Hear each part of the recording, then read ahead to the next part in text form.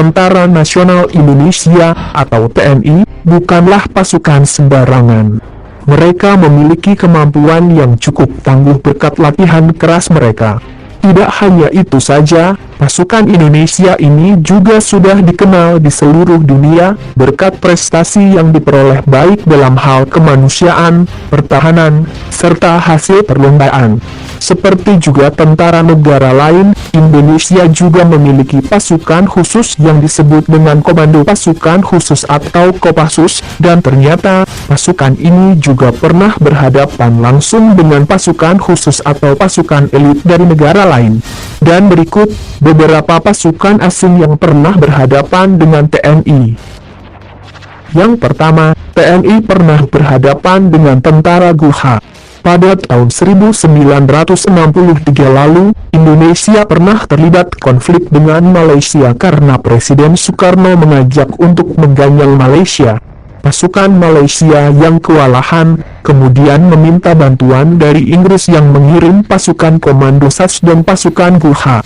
Pasukan Gulha berasal dari Nepal, namun bertempur untuk Inggris. Pasukan ini memiliki senjata khas yaitu pisau kukri.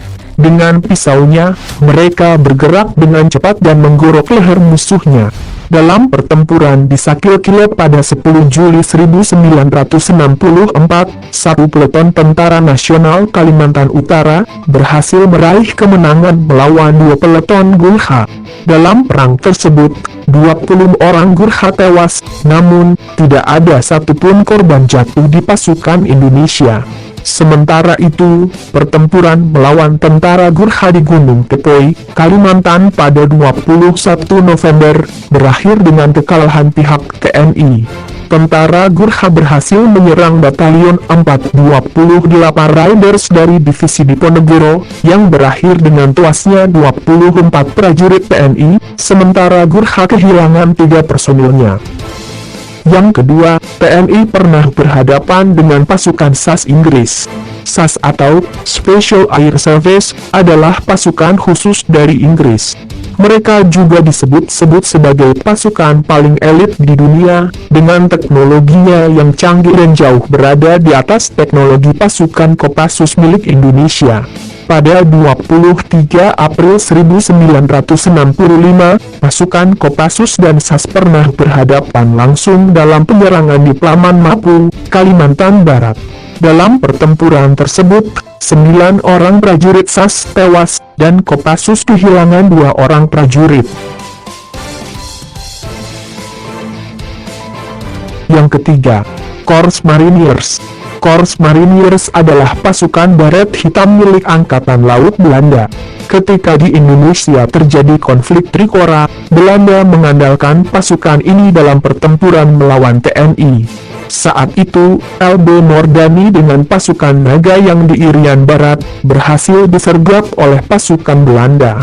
Pasukan tersebut tidak dapat dideteksi, karena kemampuan mereka bergerak dengan sangat senyap.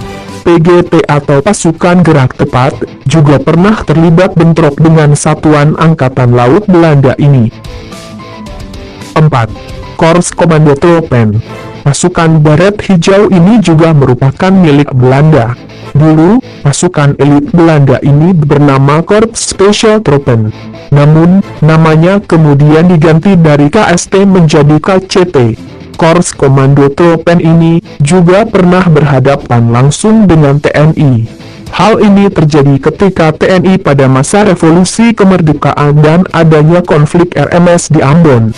Pendirian Kopassus sendiri mengacu pada satuan asal Belanda ini. Dan yang terakhir, TNI pernah berhadapan dengan Royal Malay Regiment.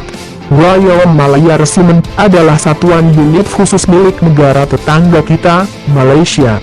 Satuan ini sering juga disebut sebagai Ranger, dan mereka mampu bertempur di medan yang sulit dan dengan misi yang berat. Pada 29 Desember 1963, 35 KKO, Korps Komando Marinir, atau yang sekarang disebut dengan Korps Marinir, menyerbu markas Kalabakan. Dalam serangan tersebut, 8 prajurit RMR meninggal dan 19 lainnya mengalami luka-luka. Namun tak ada korban di pihak KKO. Jangan pernah mengira tentara Indonesia hanya diam saja tanpa melakukan apa-apa. Ketika konflik terjadi, maka merekalah orang pertama yang akan diberangkatkan untuk melindungi negara kita. Belum lagi dengan tugas mereka sebagai pasukan penjaga perdamaian.